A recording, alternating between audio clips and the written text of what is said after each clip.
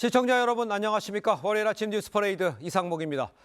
어젯밤 북한이 날려보낸 오물풍선 이 밤새 서울 곳곳에 떨어졌습니다. 광화문 세종대로 한복판에도 오물풍선이 대거 떨어져서 새벽 시간 이 도로가 통제되기도 했습니다. 현장에 나가 있는 취재기자를 연결해서 좀 자세히 알아보도록 하겠습니다. 자, 정은아 기자. 네, 광화문에 나와 있습니다. 자, 우선 아직 도로 통제는 계속되고 있는 상황입니까? 네, 이곳 광화문 일대에는 오물풍선이 떨어지면서 거리 곳곳에 종이 조각들이 흩뿌려졌었습니다. 지금은 다 치워지고 교통통제도 해제된 상태인데요. 오전 3시 40분쯤 경찰에는 오물풍선이 떨어졌다는 신고가 접수됐는데 경찰과 군 당국은 위험성을 점검한 뒤 수거 작업에 나섰습니다. 어젯밤 합동참모본부는 북한이 대남 오물풍선으로 추정되는 물체를 또다시 부양하고 있다고 발표했습니다. 서울시는 밤 10시 15분쯤 재난안전 문자를 발송했고 오전 1시쯤부터 서울 시내에서 오물풍선 관련 신고가 들어오기 시작했습니다. 종이, 쓰레기 이런 거를 얘기했었습니다. 별도로 피해 상황이나 이런 것들은 접수가 된 게 없다고 들었습니다. 오전 6시 기준 중구와 동대문구 등 서울에만 총 26개의 오물풍선이 떨어진 것으로 확인됐습니다. 자, 그런데 북한이 새로운 대응을 하겠다 이렇게 경고를 했어요. 네, 김여정 노동당 부부장은 어젯밤 조선중앙통신을 통해 담화를 발표했는데요. 대응은 어제로 종료될 계획이었지만 상황이 달라졌다며 오물풍선 살포 등 추가 도발을 예고한 겁니다. 김 부부장은 만약 한국이 대북전단 살포와 확성기 방송을 계속한다면 새로운 대응을 목격하게 될 것이라고 경고했습니다. 그러면서 8일과 9일 새벽 기구 1,400여 개로 휴지 7.5톤을 한국 국경 너머로 살포했다고 밝혔습니다. 또 대북 확성기 방송을 매우 위험한 상황에 전주곡에 비유하며 방송을 중단하라고 거듭 강조했습니다. 세종대로에서 TV조선 정은아입니다.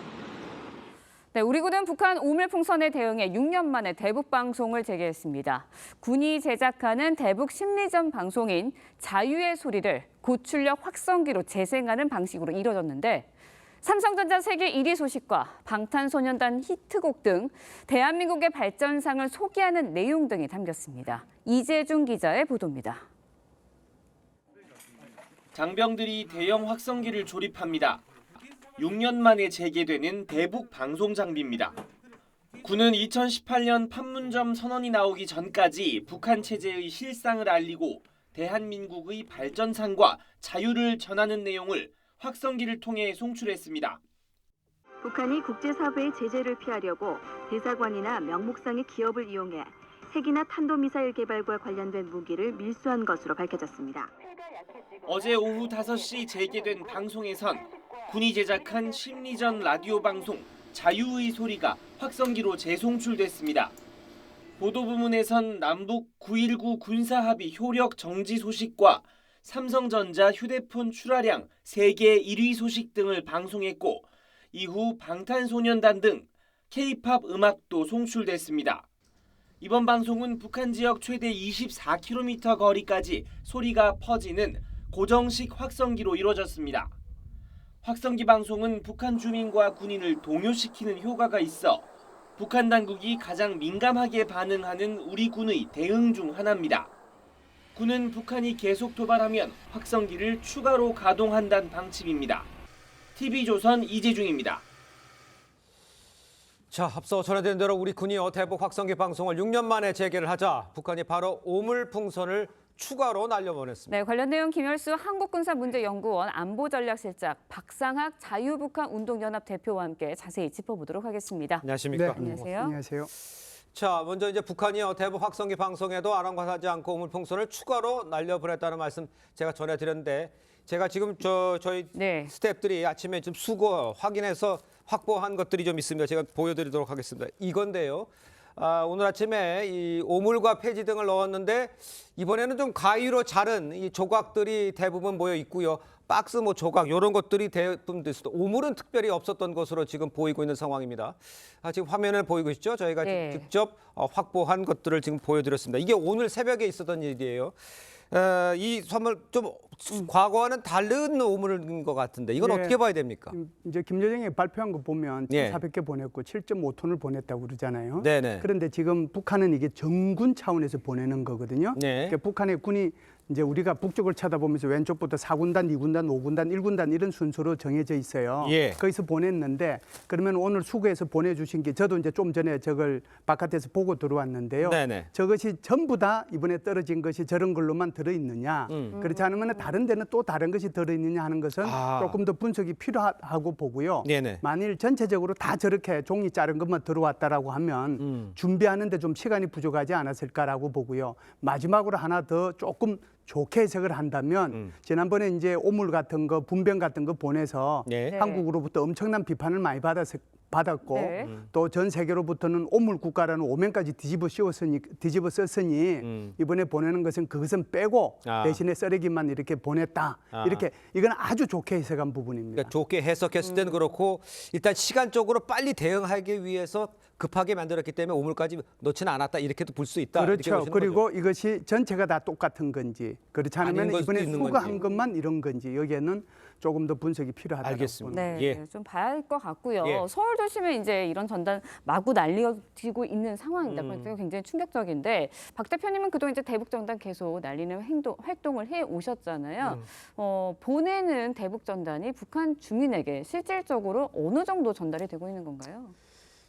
예, 그 뭐 정확히 뭐 우리가 여기에서 앉아서 왜냐하면 또 서울에라든가 대한민국의 대북 전단이 우리가 보는 대북 전단 떨어지는 거 아니고 북한에 떨어지는 거니까 예.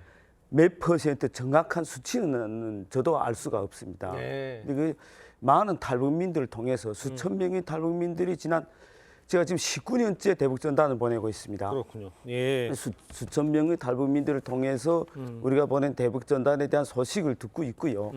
가장 정확히 말하는 거는 그 김정은, 김여정 남매가 아닙니까? 네. 네. 예.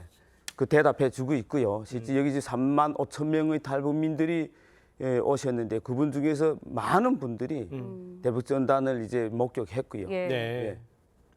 알겠습니다. 예. 이제 말씀하신 도중에 예. 조금 제가 좀 말씀드리면 그 오물 쓰레기를 보내다가 지금 요 종이 조각을 이게 잘라서 보내지 않습니까?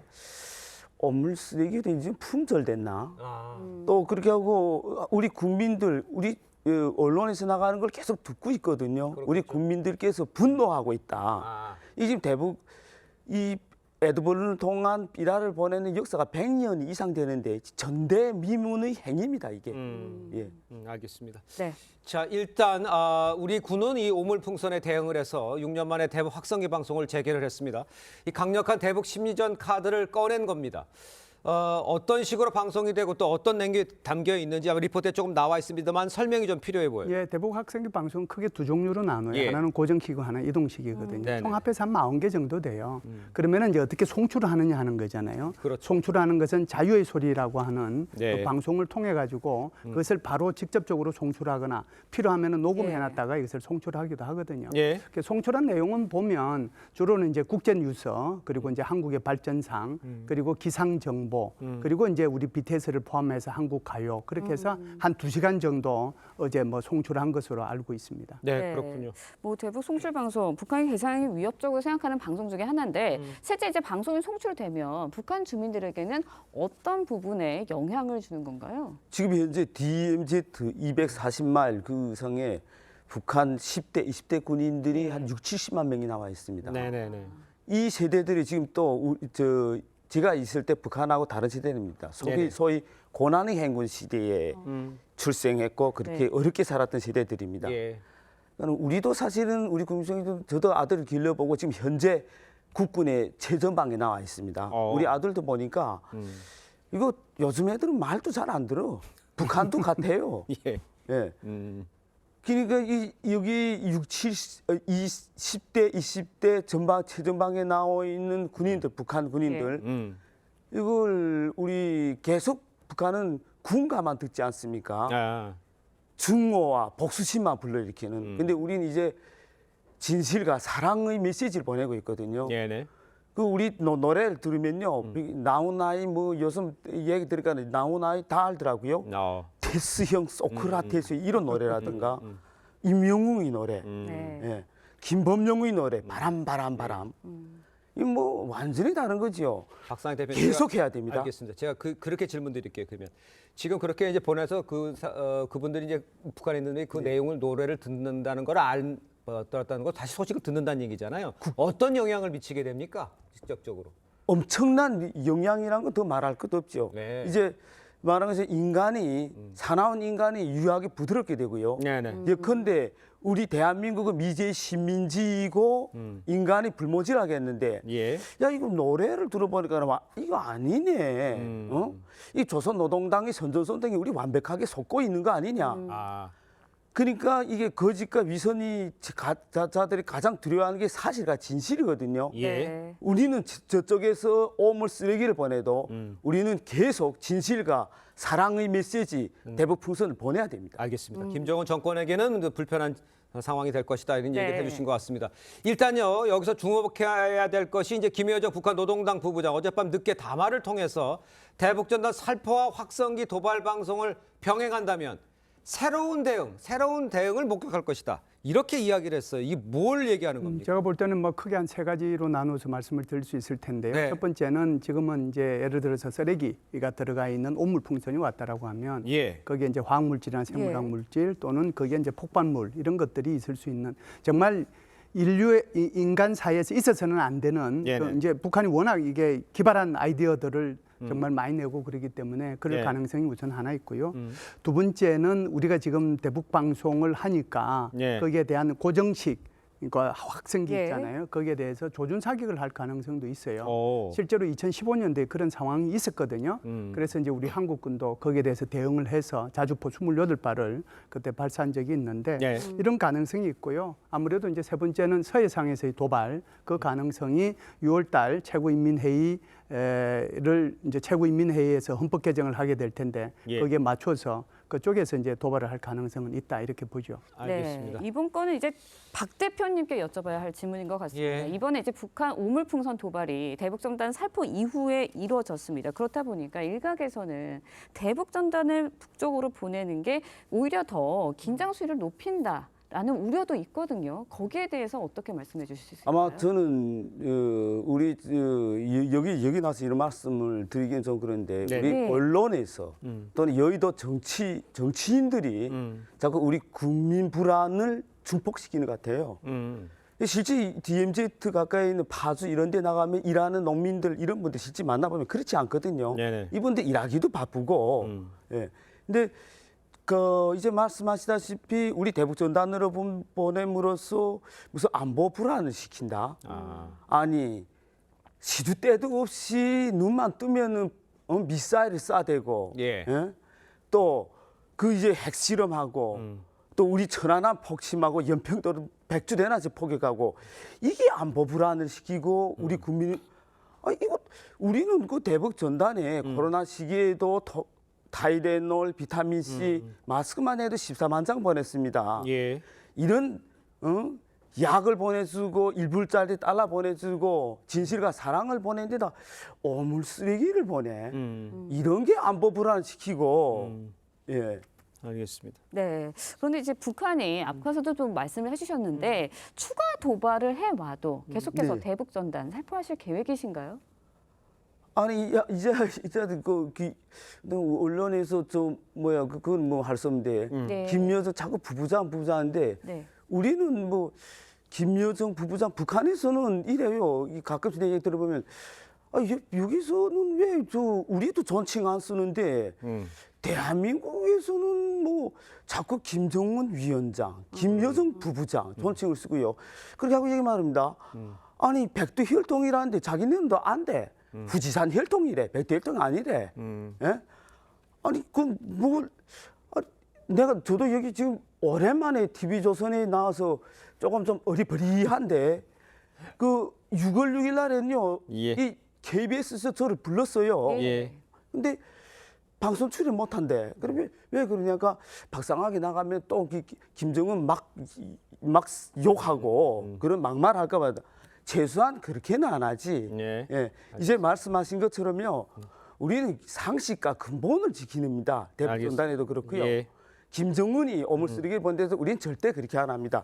계속 보낼 것입니다. 알겠습니다. 그러나 진실과 사랑을 보낼 겁니다. 알겠습니다. 네. 진실과 사랑을 계속 보내겠다는 말씀을 계속 해주시고 계신데, 네. 자, 우리 이거 하나 여쭤봐야 될 것 같아요. 일단 뭐 지금 뭐 보내면 수거하고 뭐 이런 상황이잖아요. 네. 확인해보고 나쁜 네. 게 있나 확인해보고 걱정하는 거는 이제 뭐 방사성 물질을 보낼까 걱정하고 있는데.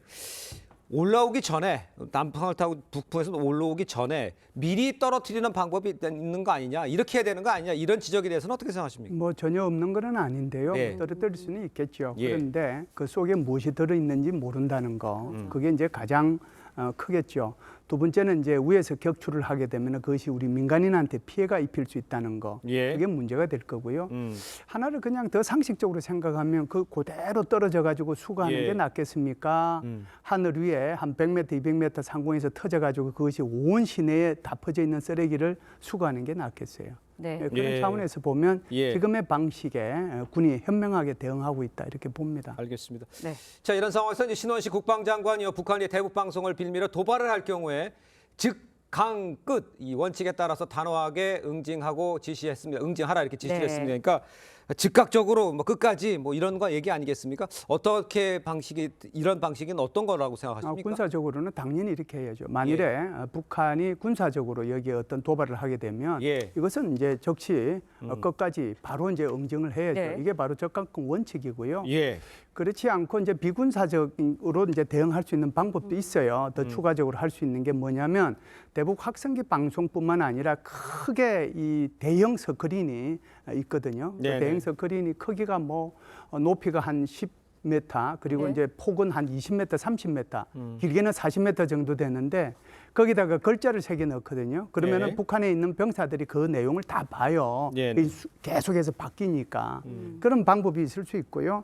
그리고 우리는 지금 뭐 박상학 대표께서 나와 계시지만 예. 민간 단체에서 어찌됐든 북한으로 보내는 거잖아요. 그렇죠. 그런데 우리 군에서도 이거 필요하다라고 하면 보낼 수 있어요. 이미 군은 준비는 다 해놨습니다. 아. 준비는 다 해놨지만 지금 보낼 필요가 없다라고 생각하기 때문에 예. 군에서는 이건 조치를 안 하는 거거든요.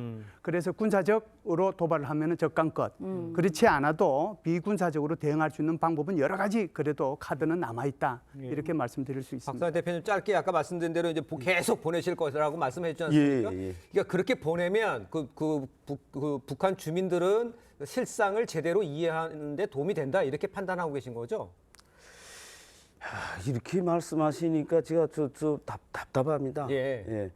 왜 수혜자는요. 대북전단 사실과 진실을 말해달라는 거는 우리 저 2천만 북한 동포입니다. 아. 북한 탈북자고. 근데 예. 왜 수혜자도 아니고 아니 우리 대한민국에서 이거 갖고 계속 이제 논쟁거리가 되고 시비하는지 일단 그게 좀 가슴 아프고요. 예. 우리 대북전단이라는 게 뭡니까? 압록강 두만강을 건너와서 목숨 걸고 자유 대한민국을 이제 찾아올 때 내가 만약시 살아서 서울에 가면은 조선노동당이 김일성, 김정일이 우리에게 말하는 것처럼 미제 신민지고 인간의 불모지인지 아닌지 편지 한 번이라도 사랑하는 부모 형제들에게 진실을 말하겠다. 그게 우리 대북 전단입니다. 예. 이건 우리 탈북자들의 양심이고요. 예. 또 사명과 의무이기도 합니다. 알겠습니다. 자, 두 분 말씀 여기까지 듣겠습니다. 고맙습니다. 고맙습니다. 감사합니다.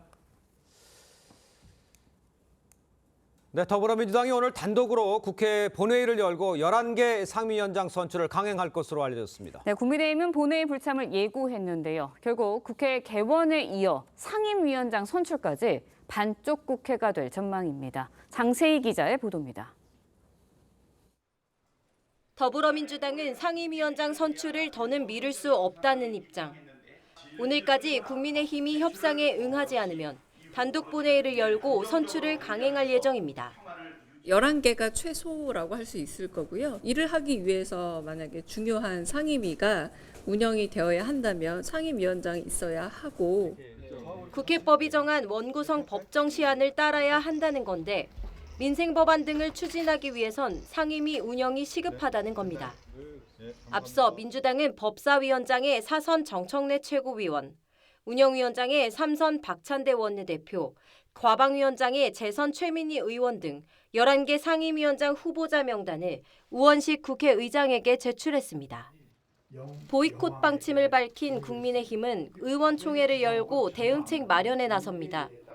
강탈하려는 이유는 단 하나입니다. 이재명 대표의 사법 리스크를 덮어보겠다는 철통방탄이 그 목적 아닙니까? 여당은 법사위와 운영위 등 쟁점 상임위에 대한 야당의 태도 변화가 없으면 협상에 임하지 않겠다는 입장입니다. 여야가 합의점을 찾지 못하는 가운데 우 의장은 기약 없이 기다릴 수는 없는 절박한 상황이라며 본회의 개최 뜻을 밝혔습니다. TV조선 장세희입니다. 자, 민주당 이재명 대표 연임 맞춤형이란 이 비판에도 당대표 임기 규정을 고치고 이르면 오늘 의결할 예정입니다. 이 상당한 사유가 있을 때 이 당대표 사퇴 시기를 조절할 수 있도록 한 겁니다. 규정이 모호해서 향후 논란이 있을 거란 지적도 나옵니다. 이정민 기자입니다. 더불어민주당은 오늘 당대표가 대선에 출마할 경우 선거일 1년 전에 사퇴해야 한다는 규정을 개정합니다. 상당하거나 특별한 사유가 있을 경우 예외로 할 수 있는 건데 전국 단위 선거 일정이나 대선 일정 변경 등 구체적 사유는 개정안에서 빠졌습니다. 지방선거 공천권 이런 것까지 다 행사하고 난 뒤에 사퇴하는 거 아니냐 반대하는 분들도 있고 이러니까 당대표 입장에서는 이걸 좀 빼고 갔으면 좋겠다. 개정안이 이 대표 연임을 위한 것이란 지적을 고려한 건데 이재명 맞춤용이란 비판은 계속 나옵니다. 이 대표가 대표직을 연임할 경우 대선 1년 전인 2026년 3월 사퇴해야 하지만 석 달 뒤 지방선거가 열리는 상황을 상당하거나 특별한 사유로 꼽을 경우 사퇴 없이 공천에도 영향을 미칠 수 있기 때문입니다. 한 재선 의원은 상당한 사유에 대한 해석을 두고 충돌할 여지가 있다고 했고 다른 삼선 의원도 꼭 이 대표가 공천을 해야 하냐고 지적했습니다. 나경원 국민의힘 의원은 친명 독재체제 완성을 향해 폭주한다고 비판했고 한동훈 전 비대위원장은 대통령이 된 다음 집행유예만 확정돼도 대통령직이 상실된다고 주장하며 연 이틀 사법 리스크를 부각했습니다. 민주당은 최고의 의결을 거친 뒤 당무위와 중앙위를 잇따라 열고 당헌 당규 개정 작업에 속도를 낼 계획입니다. TV조선 이정민입니다. 네, 전해드린 대로 민주당이 오늘 대선에 출마하는 이 당대표의 사퇴 시한 예외를 둘 수 있도록 당헌을 개정할 예정입니다. 사실상 이재명 대표 연임을 위한 맞춤형 개정이란 비판 나오죠. 패널 두 분과 함께 정치권 소식 짚어보겠습니다. 윤기찬 국민의힘 법률위 부위원장, 서영주 전 더불어민주당 상근 부대변인 모셨습니다. 안녕하십니까? 네, 반갑습니다. 자, 먼저 현행 당헌대로라면 대선에 출마하려는 당대표 1년 전에 사퇴해야 하는 건데 민주당 상당한 사유가 있을 시에 예외를 할 수 있도록 하고 이제 개정하겠다 이런 방침입니다. 그러면 이재명 대표로 쭉 가는 것을 당 전체가 밀어가서 간다 이렇게 보면 되겠습니까? 그러니까 저기서 당헌 개정을 추진하는 데 있어서 저희가 살펴보면 일단 처음에 이재명 대표는 당 연임에 도전한다. 이게 기정사실화된 거죠. 그다음에 이재명 대표는 사법 리스크에도 불구하고 대선에 출마한다. 이것도 또한 기정사실화 같아요. 그리고 이재명 대표 입장에서 보면 어떤 이유로든지 간에 당권을 놓지 않겠다. 그러니까 당 헤게모니를 놓지 않겠다는 취지인 것 같고. 그런데 이게 보면 법률적으로만 보면요. 정치적인 목적이 여러 가지 있을 수 있겠지만 법률적으로 보면 상당한 사유 해석의 여지가 굉장히 커요. 근데 당원들의 선출로 된 대표의 임기를 갖다가 당무위원회의 의결로 바꾼다.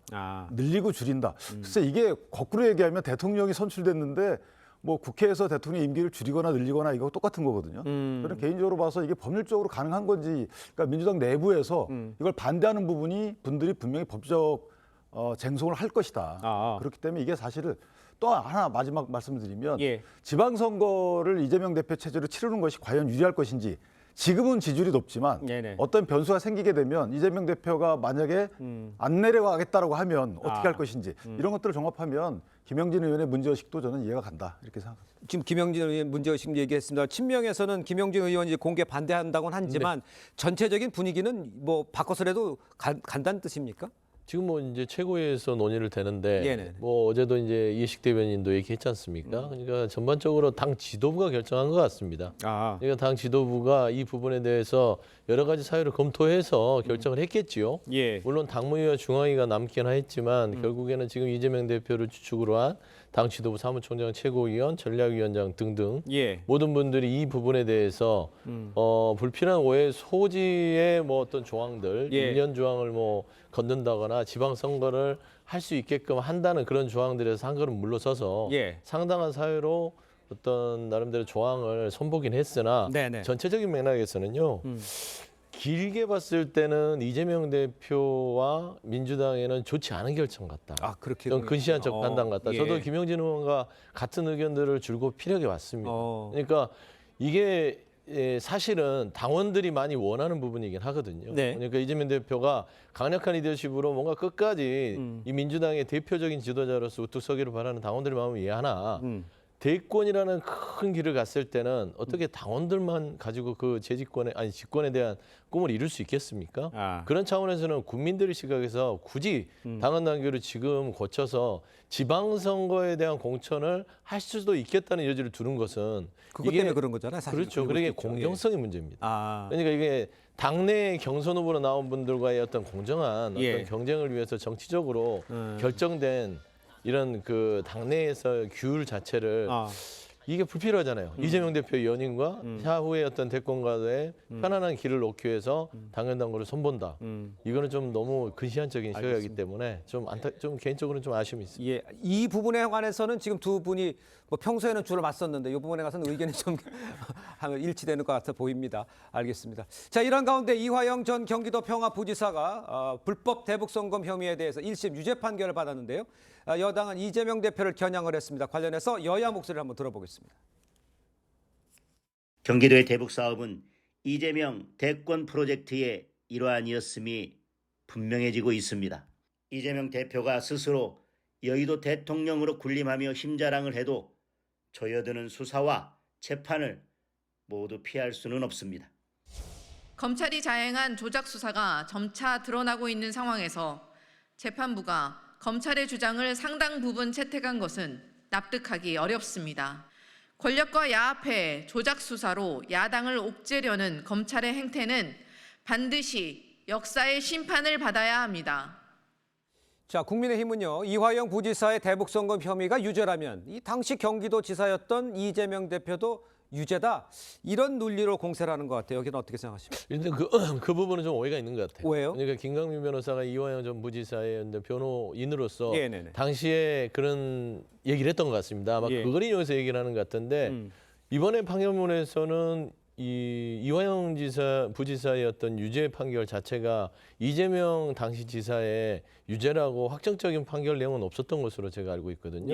그러니까 이거는 정치적으로 그냥 공격하는 것이고요. 결국은 이제 하나의 숙제는 재판부에서 얘기한 이재명 이 대표의 당시에 있어서의 지사로서 관련성, 그러니까 이게 그러니까 방북에 대한 대가성을 애매하게 인정을 했어요. 결국에는 이제 검찰이 기소를 하겠다는 입장 아니겠습니까? 그렇죠. 뭐 제3자 뇌물이나 남북교류협력법, 외환거래법 위반으로 하지만 이재명 대표는 지난 조사 때부터 누누이 얘기를 했습니다. 이 부분에 대해서는 아는 바 없고 들은 바 없고 이화영 전 부지사가 독단적으로 한 것이다 라는 것들을 밝혀왔고 그 부분이 지난 체포영장에서 기각될 때 법원에서 인정된 부분이기 때문에 뭐 검찰이 다시 기소를 한다면 이 부분은 다시 이제 재판 과정에서 사실 여부를 알았냐 몰랐냐 이 두 가지를 가지고 다툴 것 같습니다. 그러니까 알았냐 몰랐냐를 다투는 부분인데 이화영 부지사가 자신을 위해서 했다? 이 경기도지사가 있는 모르게 했다? 이건 좀 이해하기 힘든 부분이라는 것 같은데요. 그러니까 이게 지금 그 재판부가 범행 동기에 대해서 그러니까 돈을 송금한 목적,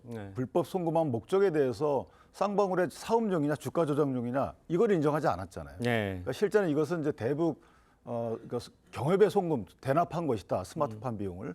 그리고 또 하나는 이재명 대표의 방북 사례금으로 줬다는 것을 명시했어요. 그러니까 이 범행의 동기 측면에서 보면 사실은 이재명 대표가 가장 큰 수혜자가 된 거고요. 그리고 두 번째는 이제 그동안에 17번에 걸쳐서 영장에 보면 보고를 했다라는 취지가 나오고 이화영 부지사의 보고뿐만 아니고 실제 경기도에서 방북 요청 공문도 한 2건 나오고 그러니까 물적 진술 증거, 진술 증거가 있기 때문에 이재명 대표에 대한 글쎄요, 제가 볼 때 공범 혐의까지는 상당히 수월하지 않을까라는 생각이 드는데 네. 문제는 이화영 부지사의 진술 자체를 다퉜었잖아요. 그러니까 회유됐다, 협박됐다 뭐 이런 건데 이 법원이 이거에 대해서 증거 능력을 인정했다는 겁니다. 왜냐하면 외국항의료법에 대해서 이화영 부지사가 이재명 대표에게 보고했다라는 말은 본인의 자백이에요. 아하. 왜냐하면 이전에는 이화영 부지사는 본인은 쌍방울 대북 송금에 관여하지 않았다고 주장하다가 예. 보고했다라고 하는 건 자백이 포함된 거거든요. 그럼 그 진술에 대해서 재판부가 자백의 유일한 증거가 되면 이거는 유죄 증거를 할 수 없기 때문에 이거에 대한 증거 능력을 따집니다. 근데 여기에 대한 증거 능력이 없다는 말을 안 했기 때문에 이화영 부지사가 보고했다는 진술 왔다 갔다 뒤바뀌었잖아요. 네네. 이 진술 증거의 신빙성을 인정한 것이기 때문에 저는 이 대표에 대해서 상당히 불리한 증거로 작용할 것이다. 알겠습니다. 일단요, 민주당은 이 검찰의 조작 수사를 비판하면서 지난 3일 발의한 이 대북송금 특검법으로 대응하겠다고 방침을 밝혔습니다. 수사 검사를 탄핵해야 한다 이런 주장도 나오고 있는데 이 특검법에 대해서는 어떻게 평가를 하세요? 일단 뭐 수사검사 탄핵 부분들은 확정적인 게 아니고요. 아직 아닙니다. 예, 일각에서는 그렇게까지 해야 되지 않겠냐. 왜냐하면 이화영 전 부지사에 대한 뇌물 혐의라든지 전체적인 범죄 혐의에 대한 조사가 아니라 결국에는 네. 이화영 전 부지사를 징검다리 삼아서 민주당 야당 대표인 이재명 대표에 대해서 정치적으로 공격이 들어오는 수사이기 때문에 이 부분에 대해서는 정치 검찰에 대한 어떤 좀 투명하지 못한 네네. 그런 그 사적 권력의 남용 부분들에 있어서의 그 특검이 필요하지 않냐라는 예. 주장이기 때문에 특검법 자체가 검찰을 대상으로 하고 있습니다. 그래서 수사 검사를 탄핵할 필요 없이 네네. 이 검찰 자체가 결국에는 이 진술을 회유하고 강요하고 그다음에 국정원 문건에서도 이미 없는 사실, 그러니까 쌍방울이 주가 조작을 노리고서 북한과의 이런 동거래가 있었다는 보고가 있음에도 불구하고 이 자체를 검찰이 공소장에 마치 이재명 대표가 여기에 가담한 것처럼 해서 재판에 영향을 미쳤다는 측면에서는 매우 엄중한 어떤 위반 사실들이 드러났다는 어떤 예. 심정을 갖고 있기 때문에 이 특검법 자체는요 검찰을 대상으로 하는 것이지 사법부의 재판 결과에 대해서 하는 것은 아니다. 그래 보시면 될 것 같습니다. 알겠습니다. 요것도 하나 짚어보죠. 한동훈 전 비대위원장이요. 형사 재판을 받는 피고인이 대통령이 당선이 된 다음에 집행유예만 받더라도 대통령이 상실된다 이런 주장을 했어요. 이 문제를 놓고도 지금 정치권이 이제 84조 얘기하는 거 아니잖아요. 그러니까 내란과 엄밀히 그 얘기하는 건데 이걸 어떻게 평가를 하십니까? 이게 좀 의미가 많이 담겨 있는 것 같아요. 네. 저희도 뭐 그냥 지나쳐 왔는데 실제 여기에 보면은 대통령은 재직 중에 그러니까 소추되지 않는다 이거거든요. 그렇죠. 두 가지 죄를 빼놓고는. 예. 그러니까 대통령은 소추되지 않는다. 대통령은 기소되지 않는다. 그 재판이라는 건 기소 이후에 벌어지는 거기 때문에 그러면 기소 안 되기 때문에 재판까지 정지되는 거 아니냐 이런 취지의 이제 주장이 있어 왔어요. 예. 그런데 대통령은 소추되지 않는다인데 이미 기소가 돼서 피고리 된 사람이 대통령이 된 경우에는 어떻게 할 것인가 여기에 대한 의문이 생기는 거예요. 네, 맞아요. 왜냐하면 대통령 소추되지 않지만 네. 재직 중의 범죄로 네. 탄핵은 됩니다. 그러니까 그 말은 대통령이 형사상 소추되지 않는다고 해서 예. 문제가 불거지면 탄핵이 안 되느냐 그건 됩니다. 그런데 만약에 피고인이 된 대통령은 피고인이 먼저 되고 대통령이 된 사람은 탄핵은 안 돼요. 재직 중 범죄가 아니기 때문에 그러니까 이런 대통령이 그러면 마음대로 할 수 있느냐 어떤 잘못을 한다 하더라도 형사상 소추도 안 되고 예. 그다음에 탄핵도 안 되고 이거 무방비 상태냐 국민 입장에선 이런 문제가 있어요. 네네. 소환제도 없는 상황이기 때문에 이런 이제 문제의식을 갖고 문제 제기를 한 것 같은데 어쨌든 해석론상으로 보면 대통령은 소추되지 않기 때문에 혹시나 피고인이 대통령 된 뒤에도 재판은 멈추는 게 아닌가라는 것이 다수설인 것 같아요. 예. 그런데 제가 금방 말씀드린 것처럼 재직 전에 범했던 범죄로 탄핵은 불가능하기 때문에 실제 피고인이 된 이후에 대통령이 된 사람의 재판은 이게 정지하는 것이 맞느냐 이것이 국민 유권자의 뜻이냐에 대해서는 조금 여론 간의 쟁점이 될 것으로 생각하기에 따라서는 또 법률가 입장에서도 이게 어떻게 해석하는 게 맞는지에 대해서는 좀 의문이 남는다. 논란의 이렇게 여지가 있어요. 알겠습니다. 그런데 일단 한동훈 위원장은요 이렇게 발언을 했고요. 연일 이재명 대표의 사법 리스크를 겨냥하고 있는 상태입니다.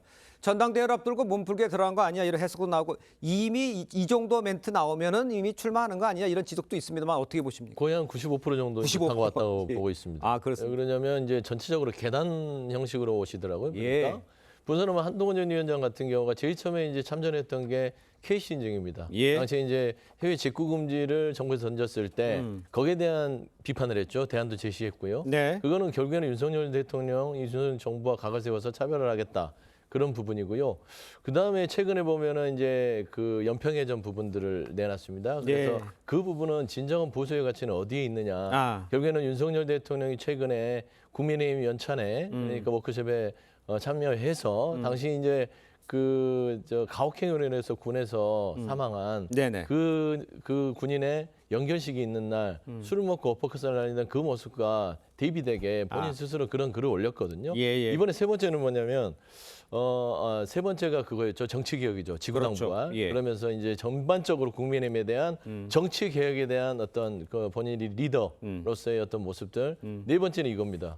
지금 이재명 대표에 대한 사법적 부분들을 비판하는데 헌법 84조를 두고 나서 치고 들어오는 것들. 결국은 이것들이요. 양비론입니다. 양쪽 다 먹겠다. 결국에는 한쪽은 윤석열 대통령과 보수 전체에 대한 어떤 지지율을 내가 차별화를 통해서 먹고 또 이재명 대표와 제대로 각을 세울 수 있는 사람은 나다.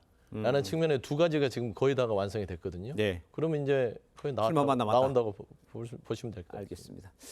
자, 다음 소식도 짚어보겠습니다. 국회 원구성을 두고요. 여야 주말 사이에 강대강 대치를 이어갔습니다. 여야 입장을 먼저 듣고 이야기를 이어가죠. 법사위를 민주당 몫이라며 강탈하려는 이유는 단 하나입니다. 이재명 대표의 사법 리스크를 덮어보겠다는 철통 방탄이 그 목적 아닙니까? 21대 국회에서 국민의힘은 법사위와 운영위를 쥐고 대통령과 김건희 여사를 지키는데 모든 힘을 썼습니다. 지금 국민의힘의 목리는 총선 불복입니다. 자, 일단 민주당은요. 법사위 운영의 과방위, 정청래, 박찬대, 최민희 이렇게 내정을 이미 했습니다. 협상 없이 그대로 11개 상임위원장 선출 강행할 것 같아 보이는데 어떻게 대응하실 생각이세요? 일단 우원식 의장이 약속을 지켜야 돼요. 우원식 의장께서 의장 취임하기 이전에 6월 30일까지는 협상을 이어가겠다는 취지로 얘기를 하셨어요. 그러다 갑자기 이제 오늘 본회의를 하시겠다는 건데 그러니까요. 이 일정이 합의가 안 된 상태이기 때문에 오늘 본회의를 진행하시면 안 되고요. 본인이 중지하셔서 6월 30일까지는 원활한 원구성을 위해서 노력하셔야 돼요. 그러니까 약속을 하신 거잖아요. 저는 약속을 지키실 걸로 보이고 만약에 약속을 어기시고 오늘 본회의를 통해서 일부 원구성을 한다 그러면 저는 개인적으로 국민의힘 입장에서는 전부 보이콧해야 된다고 봅니다. 지금 강대강 대치라고 했는데 강대약 대치예요. 국민의힘의 대응이 너무 약해요. 이 상태로 매일 끌려다니다가 사실 2021대 국회처럼 아예 대응을 하지 말아야 돼요. 왜냐하면 이게 많이 대응하잖아요. 저희가 일부 선출에 협조를 하게 되면 대통령 거부권에 대해서도 명분을 잃게 됩니다. 그래서 저는 개인적으로 우원식 의장에 대해서 의장실 앞으로 가서 약속 지키라고 항의해야죠. 그렇게 생각합니다. 그러니까 강대약에 대치고 우원식 의장 한 대로 좀 협상할 수 있는 시간을 마련했는데 일단 받아들여지는 않는 것 같아요. 민주당 입장은 그냥 밀어붙여 가는 겁니까? 뭐 민주당이 밀어붙이는 게 아니라 우원식 국회의장이 이제 결정을 하는 것이고요. 강대약은 저희가 만든 게 아니라 국민들이 만들어줬죠. 그거는 분명히 해야 될 것 같고요. 국민의힘이 지금 어깃장이 심합니다. 22대 민심을 받들어야 되는데 저는 뭐 강탈 얘기하는데요. 법사위원장을 왜 어떻게 뺏어옵니까? 이거 법대로 하는 겁니다. 윤석열 대통령이 좋아하는 법치주의, 법대로 하는 거 아니겠습니까? 그러니까 협치와 협상이 안 됐을 때는 법대로 하는 거예요. 그게 순서예요. 근데 협상을 할 생각이 없이 무조건적으로 법사위를 가져와서 특검을 거부하는 전국을 만들겠다. 대통령과 대통령 배우자를 보호하겠다. 그게 수가 너무 뻔하거든요. 그렇기 때문에 민주당에서는 국민들이 명령한 만큼 그대로 법대로 진행할 수밖에 없는 상황이다. 그러니까 그러면 헌법대로 하는 대통령 거부권도 비판하시면 안 돼요. 그러니까 이게 모든 게 법 이전에 국회라는 게 자율적으로 협의를 해가면서 이게 형성해가는 과정인 것이지 그 과정에 소수당들의 얘기들을 녹여내야 되는 것이죠. 그리고 국민이 만들어주셨다고 하는데 국민의 45.1%의 지지를 또 국민의힘이 줬거든요. 그 말은 민주당에게 의석수는 소선 국점이 그렇게 갔지만 조금 더 협의해서 하라라는 국민의 명령이 저변에 깔려있다. 아니 그렇게 따지면 헌법에 보장된 거부권 14번을 쓰시는 거 좋은데 그래도 최소한 역대 정권에 본인과 본인 배우자에 대한 특검을 거부한 대통령이 없었어요. 그다음 말씀드리면 47.몇% 얻으셔서 어느 정도 국민들의 의견 받아들이라고 하잖아요. 윤석열 대통령 0.73%로 되신 분이에요. 이래도 되는 겁니까? 전 반문하고 싶어요. 알겠습니다. 먼저 잘하세요. 양쪽이 또 다시 뜨거워지셨는데 어쨌든 오늘 강행할 분위기는 맞는 것 같습니다. 지켜보도록 하죠. 자, 두 분 말씀은 여기까지 듣겠습니다. 고맙습니다. 자, 의대 증원에 반발해온 의료계가 총파업을 선언하고 18일 전면 휴진과 총궐기에 나섭니다. 17일부터는 서울의대 교수가 무기한 휴진에 돌입할 예정인데 정부는 의료계의 움직임에 유감을 표하고 복귀 전공의는 불이익이 없을 것임을 강조를 했습니다. 한지은 기자입니다. 의사단체 대표들이 속속 회의장에 들어섭니다. 의료 정책을 규탄하는 내용의 어깨띠를 두르고 손에는 종이 피켓을 들었습니다. 일방적인 정책 추진, 의료 체계 붕괴된다. 붕괴된다. 의사협회가 대표자 회의를 열고 대정부 투쟁에 관한 투표 결과를 공개했습니다. 총 유권자 11만 1,800여 명 가운데 63%인 7만 800명이 참여한 투표에선 90% 이상이 강경 투쟁을 찬성했습니다. 10명 중 7명은 휴진 등 단체 행동에도 참여하겠다고 답했습니다. 의협은 이를 토대로 오는 18일 전면 휴진과 총궐기 대회에 나서겠다고 밝혔습니다. 전국 14만 의사회원과 2만 의대 학생들은 의료 정상화를 위한 강력한 대정부 투쟁을 벌여나갈 것을 엄숙히 선언한다. 서울의대 교수들도 지난주 진행한 설문조사에서 63% 이상이 휴진 등 강경투쟁에 찬성했다는 결과를 공개하고 의협보다 하루 앞선 오는 17일부터 무기한 휴진에 돌입한다고 밝혔습니다. 실제 해석을 해보면 대부분의 환자를 보시는 서울대학교 교수님들은 참여를 하겠다 이런 말씀입니다. 의협은 정부의 대응에 따라 18일 이후에도 파업을 이어갈지 결정하겠다고 밝혀 의정 갈등이 새 국면으로 장기화될 우려도 나옵니다. TV조선 한지은입니다. 네, 교감 선생님의 뺨을 때려 공분을 일으킨 전라북도 전주의 한 초등학생이 이번에는 자전거를 훔쳤다는 신고가 경찰에 접수됐습니다. 이 학생은 8일 오후 8시쯤 전주시 완산구의 한 도로에서 자전거를 타고 가다 신고를 받고 출동한 경찰에 인계됐습니다. 같은 학교 학부모로부터 이 학생이 다른 학생이 자전거를 타고 다닌다는 신고가 접수돼 경찰이 출동한 것으로 알려졌습니다. 당시 이 학생은 엄마가 사준 자전거라고 주장한 것으로 전해졌습니다.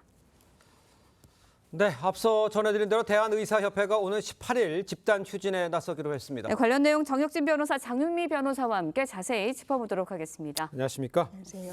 자, 일단 집단 휴진에 들어가겠다는 의료계 결정. 벌써 집단 의료계 일은 있을 때마다 한 벌써 4번째 정도 되는 것 같아요. 그러니까 의사들 집단 휴진이 2000년, 2014년, 2020년에 있었단 말이에요. 그러니까 만약에 이번에도 진짜로 집단 휴진을 한다면 그럼 이제 4번째가 되는 거 아니겠습니까? 그런데 그 명분이 중요하지 않겠습니까? 그런데 그 이 집단 휴진 명분에 대해서 조금 전에 봤다시피 이면택 의협 회장은 정부의 의료농단과 교육농단 때문이다 이렇게 주장을 했는데 이러한 의협 회장의 주장에 대해서 과연 얼마나 많은 사람들이 공감할 것인지 거기에 대해서는 지극히 의문이다. 저는 그렇게 생각이 됩니다. 네, 일각에서는 개원위의 집단 휴진 참여율 낮을 수도 있다라는 관측도 나오고 있습니다. 어떻게 보세요? 왜냐하면 지난 총파업 때도 개원위들의 참여율은 상당히 좀 낮았습니다. 한 10%대였는데 네. 이게 뭐 다른 대형 병원의 전공의들과는 처한 환경 자체가 다르기 때문입니다. 일단 네. 개인 사업자 성격이 있어서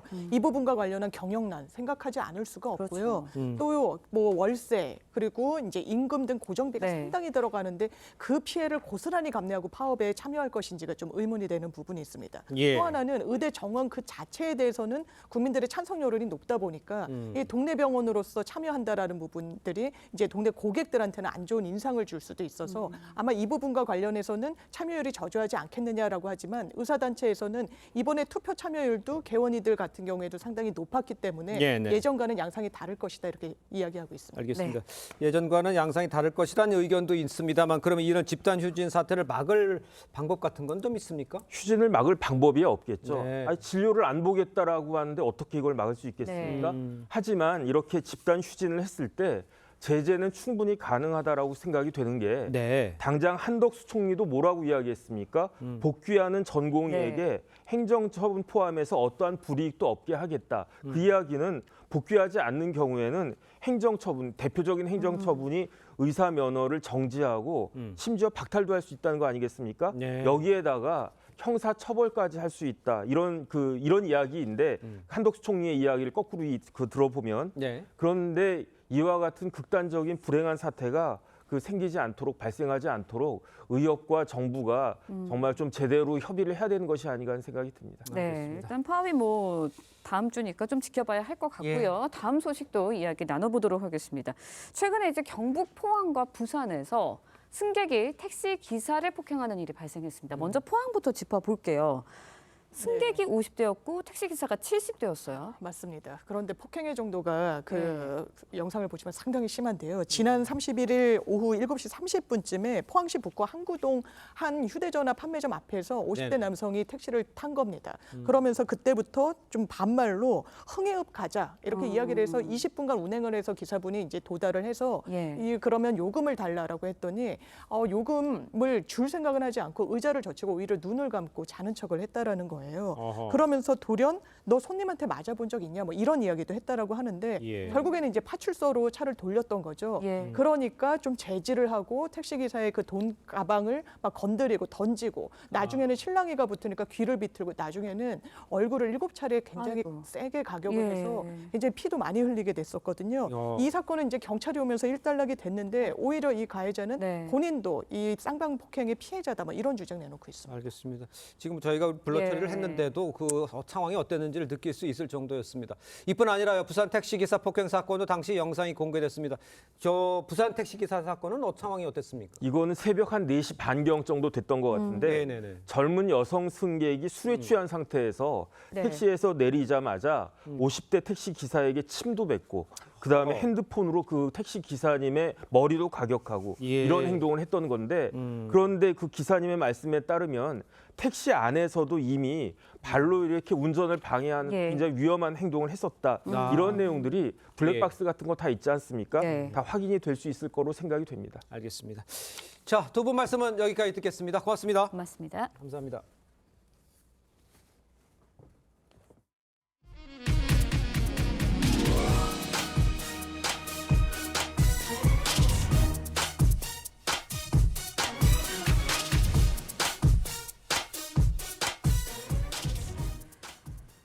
네, 참전용사 출신의 미국 민주당, 공화당 의원들이 낙하산을 메고 비행기에서 뛰어내렸습니다.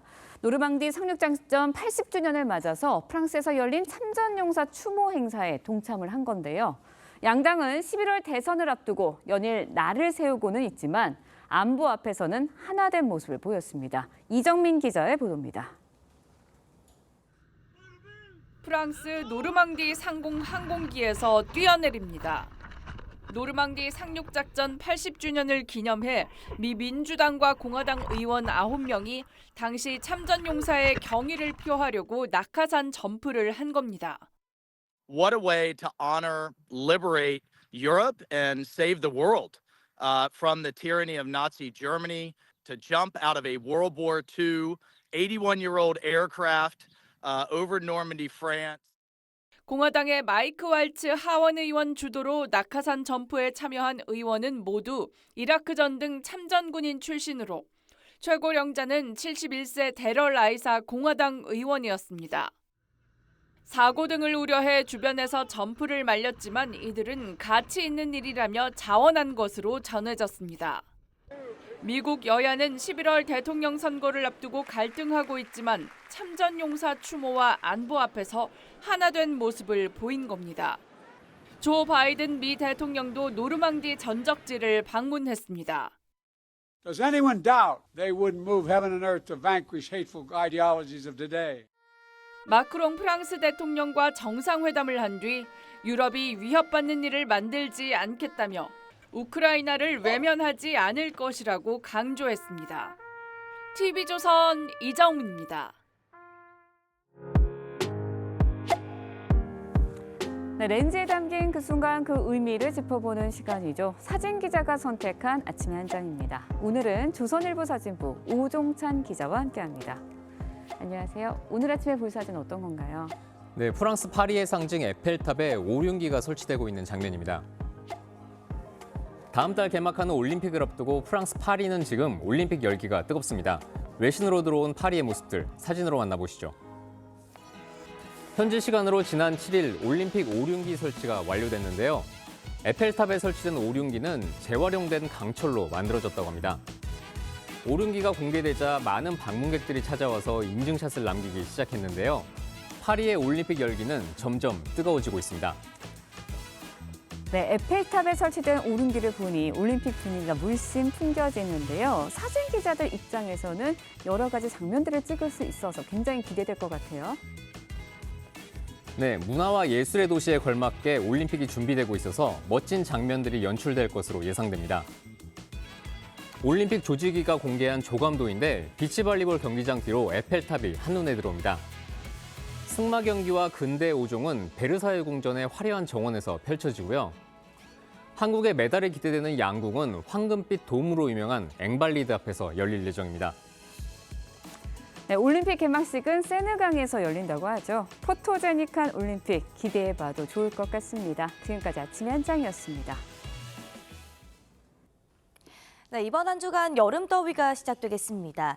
오늘 서울의 낮 기온 30도로 예년 기온을 4, 5도가량 웃돌고 있고요. 주 후반에는 32도까지 오르며 날이 더 더워지겠습니다. 여기에 습도까지 높아져 체감 온도는 이보다 더 높겠습니다. 오늘은 대체로 맑다가 오전부터 구름이 많아지겠고 낮 동안 자외선이 강하겠습니다. 오늘 오후에는 동쪽 지역을 중심으로 5에서 40mm의 소나기가 지나겠습니다. 오늘 한낮 기온 어제보다 기온이 크게 오르겠습니다. 서울과 춘천이 30도, 대구는 33도까지 오르겠습니다. 당분간 맑은 가운데 영남 내륙을 중심으로는 기온이 높아지며 폭염특보가 내려질 가능성이 있습니다.